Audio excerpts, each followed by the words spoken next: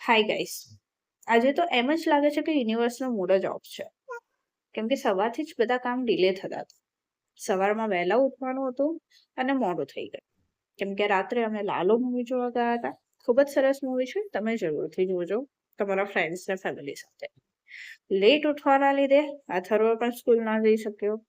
એમાં પણ મારો નાનો તક્ષિલ, એને તો આજે મમ્મા જ જોઈતી હતી. એને સંભાળું, અથર્વને સંભાળું, એ બંનેની ફાઇટ વચ્ચે આપણો બ્રેકફાસ્ટ બનાવતા બનાવતા સવારના 10 વાગી ગયા હતા. ફટાફટ લેપટોપ ઓપન કરીને કામ કરવા ઉપર બેસું ત્યાં તો લેપટોપ શટડાઉન થઈ ગઈ એવરી 2 મિનિટમાં. ગોડ નોઝ શું પ્લાનિંગ હશે આજે, કે કોઈ પણ કામ કરવા જાય એટલું ડિલે થતું જાય. ફટાફટ આઈટી ટીમમાં શૈલેષભાઈને કોલ કર્યો, અપડેટ કર્યું તો શૈલેષભાઈ કે હવે ઓફિસ આવવું પડશે લેપટોપ બતાવવા માટે. ઓહ, કેવો દિવસ છે. પણ ખુશી એ છે કે કેટલા ટાઈમ પછી આ ઓફિસના દર્શન થયા.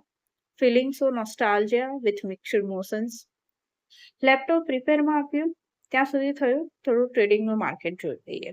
માર્કેટ પણ આજે ખૂબ જ ઠંડુ હતું. એમાં પણ ગુપ્તાજીનો મેસેજ આવ્યો કે માર્કેટ ઠંડુ છે તો કોલ બનશે તો એ આપશે. તો એમને પછી એક કોલ સરસ આપ્યો છે BTST નો, જે આપણે સેન્સેક્સની પોઝિશન ઊભી રાખી છે. કાલે જરૂરથી ચેક કરજો એ પોઝિશન શું થયું, પ્રોફિટમાં જઈએ છે કે લોસમાં, જરૂરથી ચેક કરજો. હવે લેપટોપ તો રિપેર થઈ ગયું છે. નાવ હવે ઘરે જવાનો ટાઈમ આવી ગયો છે. Back to home, restart day.